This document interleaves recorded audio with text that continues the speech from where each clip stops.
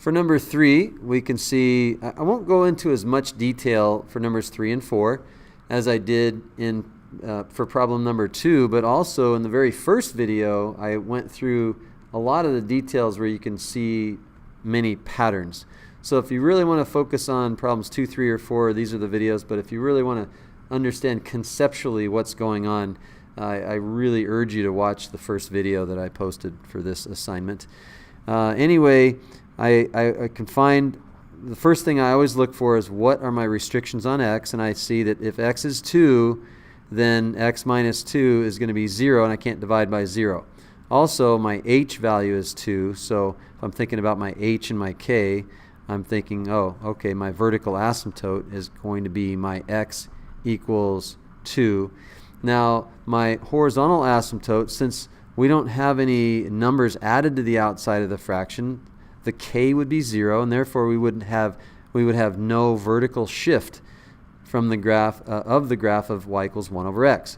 Without a vertical shift, the horizontal asymptote will stay in the same spot, and that horizontal asymptote again is y equals 0. Now, the other thing to think about here is a is negative 4, because the minus sign out there, that minus sign just can't be ignored.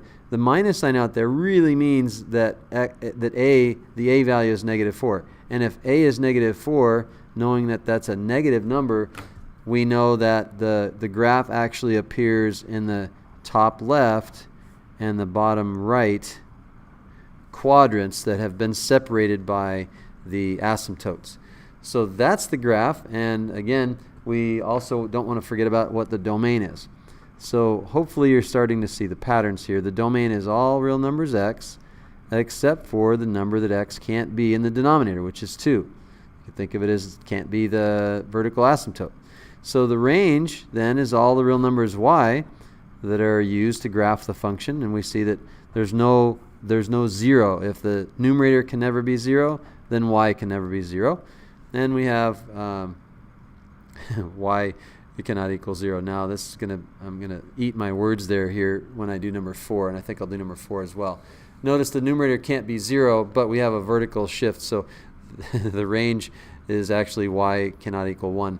Though I should probably state that a different way. If the numerator, when we have just one fraction, can never be 0, then therefore the y can't be 0. But if you look at this, you don't have to do this when you're drawing the graph, but I'm just illustrating. If you have 3 over x plus x over x, then you have 3 plus x over x, and it's going to be easier to show you. So the numerator can be 0, but as you'll see in a minute, the numerator can't be 1, and there's no real rule for that other than what we'll talk about here in a minute.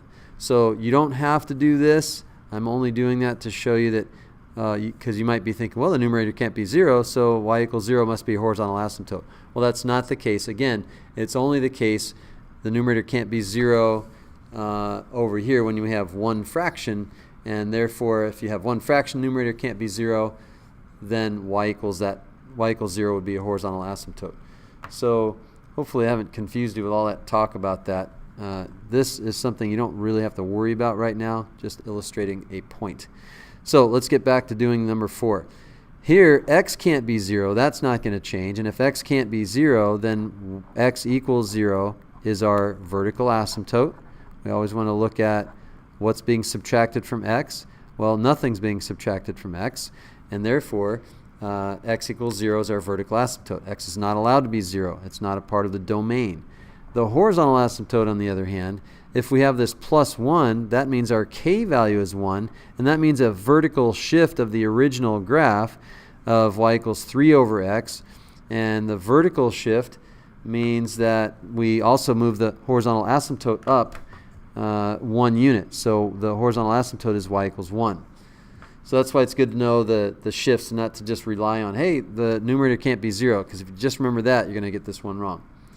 Now, since a is equal to 3 and 3 is a positive number, we know that the graph of the function appears in the top right and the lower left quadrants. And again, the only other thing to think about here is the domain. The domain is all real numbers x. such that x is not allowed to equal 0. It's wherever the vertical asymptote is. And the range is always easier when you look at the graph. Well, y, you see that y is never going to equal 1. And there we have it. We have domain range asymptotes and the graph.